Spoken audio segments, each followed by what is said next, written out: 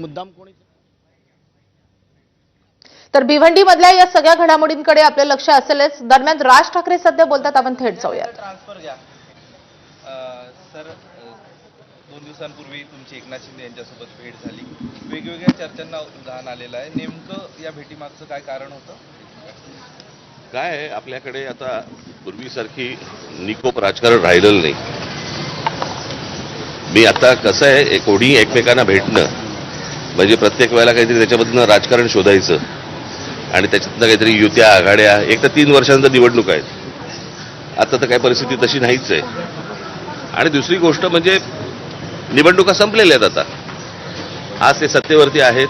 आम्हाला जर काही समजा सजेशन्स द्यायचे असतील, जर काही चांगल्या गोष्टी करून घ्यायच्या असतील तर त्याच्यासाठी भेट व्हायला नको की प्रत्येक वेळेला त्याच्यातनं काहीतरी आपल्याला शोधलंच पाहिजे, प्रत्येक वेळेला काहीतरी त्याच्यातनं आपण राजकारणच शोधलं पाहिजे, अशी काही आवश्यकता नाहीये. उद्या मी मुख्यमंत्र्यांना भेटीन. आज मुंबईमध्ये, महाराष्ट्रामध्ये, पुण्यामध्ये, ठाण्यामध्ये अनेक शहरांचे प्रश्न आहेत, राज्यांचे प्रश्न आहेत. जे आम्हाला जे वाटतात ते आम्ही सांगणं गरजेचं नाही का?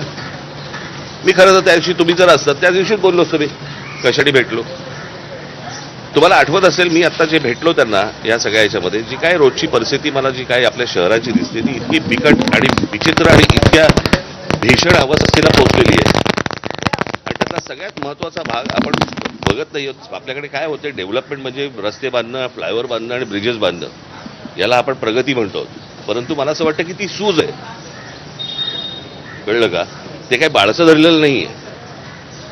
म्हणजे आपल्याकडे चांगले फ्लायओव्हर्स व्हावेत, चांगले ब्रिजेस व्हावेत वगैरे वगैरे, चांगले व्हावेत ना. परंतु आपण मूळ गोष्टींना आपण हात घालत नाही आहोत. आज काय आहे, संपूर्ण मुंबईमध्ये, ठाण्यामध्ये, पुण्यामध्ये, सगळ्या शहरांमध्येच खास करून सगळीकडे रिडेव्हलपमेंट सुरू आहेत. म्हणजे जिथे एक 25 माणसं राहत होती, एक 40 माणसं राहत होती, आज तिकडे जवळपास 400 माणसं राहत आहेत. जागा तेवढीच आहे, रस्ते तेच आहेत. आणि अशा सगळ्या परिस्थितीमध्ये आज अनेकांकडे त्या गाड्या आज पार्किंगमध्ये न जाता आज रस्त्यावरती उभ्या राहतात. बरं, मी ह्या सगळ्या गोष्टींमध्ये नागरिक म्हणून त्याच्यामध्ये मी काय वेगळा नाही त्याच्यातनं. परंतु या सगळ्या गोष्टींना कुठेतरी एक शिस्त आली पाहिजे. आणि ह्या समजा गाड्या पार्किंगचा आज इतक्या गाड्या रजिस्टर्ड होत आहेत आपल्या प्रत्येक RTO मध्ये, त्या गाड्या रस्त्यावरती येत आहेत. लांब ठेवा आता. त्या गाड्या सेन्सिटिव्ह असतात ना रे बाईक. तुमची काय चिन्ह दिसली पाहिजे याच्यासाठी चालू असतं का तुमचं? त्या गाड्या आज रस्त्यावरती येत आहेत. आज अनेक इमारतींमध्ये गाड्यांचं पार्किंग आहे. त्या पार्किंग मधल्या गाड्या आज कोणाकडे एक गाडी आहे, 2 गाड्या आहेत, त्याची तिसरी गाडी येते, चौथी गाडी तिकडे पार्किंगला जागा नाही, ती रस्त्यावरती येते. आज रस्ते ट्रॅफिकसाठी आज तयार नाही आहेत. सगळीकडे जॅम होऊन बसलेला आहे. हा प्रत्येक शहरांचा प्रश्न आहे. आणि शहरांमध्ये येणारी जी माणसं आहेत ती थांबत नाहीयेत, गाड्या थांबत नाहीयेत. हे आपण कुठे नेणार आहोत सगळं प्रकरण? आणि आज मागे हीच गोष्ट मी मुख्यमंत्र्यांना भेटून सांगितली होती, आठवतं तुम्हाला? त्याच्यानंतर मी पत्रकार परिषद घेतली होती. तीच गोष्ट मी आता त्यांच्या कानावरती घातली. ही गोष्ट त्यांनी लगेच ताबडतोब त्या भूषण गगराजींना फोन करून त्यांनी सांगितलं की काय करायला पाहिजे ते सगळं करा. आज गाड्या पार्क असतात, कुठेही गाड्या पार्क असतात. आज डबल पार्किंग करतात. हे तुमचे कोणते ओला उबरवाले आले त्यांना तर काय अक्कलच नसते. त्याच्या अनेक लोक अशी असतात की त्यांना बाबा ते कुठेही गाड्या पार्क करून बसतात. आणि त्यांना समजण्यापेक्षा मला असं वाटतं एकदा एका गोष्टीची शिस्त आली की त्यांनाही समजेल की कुठे गाडी पार्क करायची आणि नाही करायची. आणि म्हणून मी ते मागे जे सांगितलं होतं की लाल आणि काळा पट्टा तुमचा ह्याला फुटपाथला, त्याच्यावरती तुम्ही नो पार्किंग टाका. पिवळा आणि काळा असेल तिकडे पार्किंग टाका. आणि त्या सगळ्या ह्याच्यामध्ये जर समजा तुम्ही त्या लोकांना काही पनिशमेंट नाही लावली किंवा तुम्ही 5,000 रुपये दंड बसेल किंवा डबल पार्किंग केलं 10,000 रुपये दंड नाही, तोपर्यंत शहरांना शिस्त येणार नाही. आणि ह्या सगळ्या गोष्टी मी त्यांच्या कानावरती घातल्या. परंतु आपल्याकडे कसं होतं, या सगळ्या गोष्टी सांगितल्या तरी आपल्याकडच्या लोकांचा विश्वास बसत नाही. नाही नाही काहीतरी असणार, ह्याच्यामध्ये पण काहीतरी असणार. मग तुम्हाला काय चर्चा मी जो गेलो होतो ह्या गोष्टींसाठी त्यांच्याकडे ते सगळे परत अख्खी फाईल दिलेली आहे. ती संपूर्णपणे त्यांनी पाठवली आहे. पुढचं काय होईल ते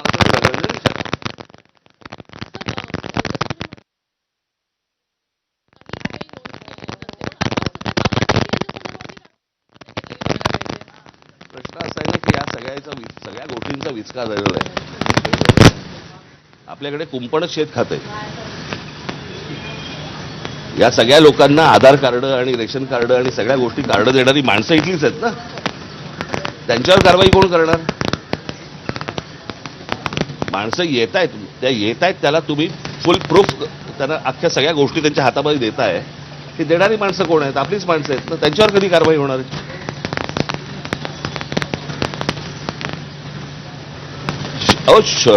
एक शहर आहे, त्या शहरामध्ये किती माणसं येऊ शकतात, किती माणसं राहू शकतात, त्याला काही आकार उकार देणार आहात की नाही आपण?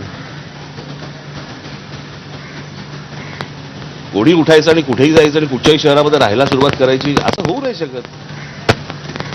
मला असं वाटतं या गोष्टींचा राज्य सरकारने आणि केंद्र सरकारने दोघांनी विचार केला पाहिजे. ज्यांच्याकडे आपण बघतोय की चांगली शहरं म्हणून बर्बाद होणार झालीच आहेत. आणि मला असं वाटतं की मी एक राज्याचा नागरिक म्हणून, एका पक्षाचा अध्यक्ष म्हणून, एक विरोधी पक्ष म्हणून मला काही गोष्टी सजेशन सत्ताधाऱ्यांना सांगणं गरजेचं आहे, देणं गरजेचं आहे. आणि त्याच्यासाठी मी यांना आत्ता नाही परत भेटेन. याच्यानंतर तुम्हाला काय राग तुम्ही करत बसा. त्याला मी मगाशी सुरुवात करताना सांगितलं होतं की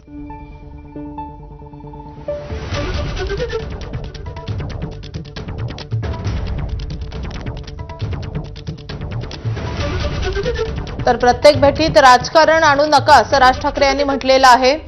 शहरात रिडेव्हलपमेंट सुरू आहे, रस्त्यावर अनधिकृत पार्किंग केलं जातं आणि पार्किंगच्या या प्रश्नासंदर्भात शिंदेशी चर्चा केल्याचं राज ठाकरे यांनी स्पष्ट केलं आहे.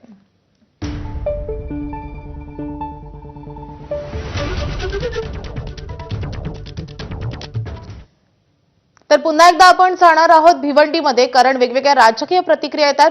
सगळ्या नेत्यांनी नेमके काय दावे केलेले आहेत